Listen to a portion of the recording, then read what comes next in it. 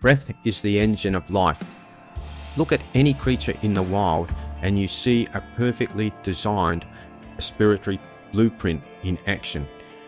This biomechanical system operates with built-in precision. For the animal, taking in massive amounts of oxygen to fuel sudden bursts of speed or maintain long-distance endurance requires zero conscious effort. Yet there is a strange paradox in how we live today.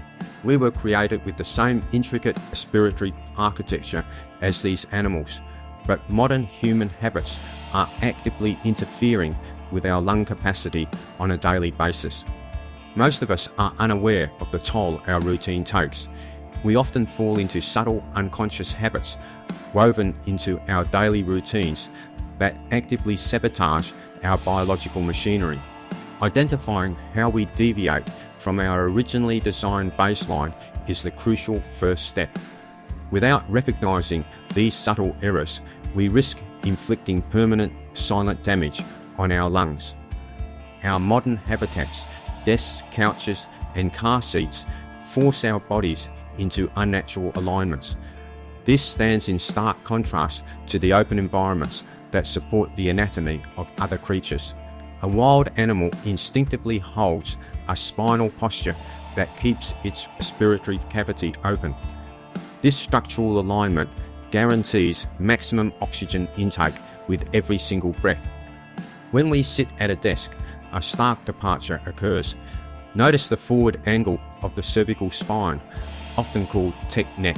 Leaning over screens forces the heavy skull forward, physically collapsing the upper rib cage downward.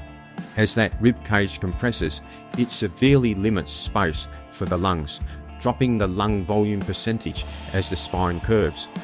This specific volume loss is a direct departure from the factory standard aesthetic of our biology. In the wild, breathing capacity is never compromised by daily posture. Over time, this structural compression stops being a temporary habit. The body shifts to accommodate the new shape, resulting in a permanent, restrictive remodeling of our designed anatomy. Beyond posture, there is the mechanical action of the breath itself. If you watch a resting mammal, you will see deep, rhythmic, belly expanding, diaphragmatic breathing. The air is pulled all the way down. Humans, however, have manifested a harmful deviation. The constant, low-level psychological stress of modern life triggers shallow, rapid chest breathing. In a cross-section of human lungs, the mechanical failure of chest breathing becomes obvious. When failing to pull air deeply, airflow particles only circulate in the upper third of the lungs, leaving the bottom stagnant. This leads to alveoli degradation. Down in that stagnant section, microscopic air sacs are deprived of expansion, breaking down and losing elasticity. This tissue degradation directly violates the intended operational design of the respiratory system. The lungs require full cylinder expansion to maintain their structural health. Failing to engage the diaphragm limits our oxygen intake in the present, but the long-term impact is structural. Years of shallow breathing physically degrades the unused portions of our respiratory machinery. Fortunately, biological design is highly resilient. If we remove the destructive inputs, the lungs retain an incredible capacity to regenerate and repair damaged tissue. The fix requires a conscious effort to mimic the resting state of the animal kingdom and reset our system. Step 1 is chest cavity expansion.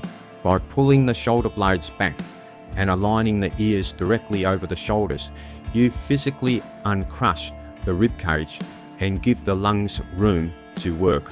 Step 2 is conscious diaphragmatic engagement. When you take a breath, you should feel your stomach force outward.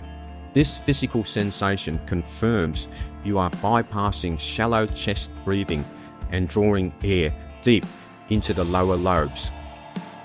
Step 3 is environmental exchange. we have to actively seek out unrecycled outdoor air. Fresh air helps reduce the accumulated inflammatory responses within the lung tissues.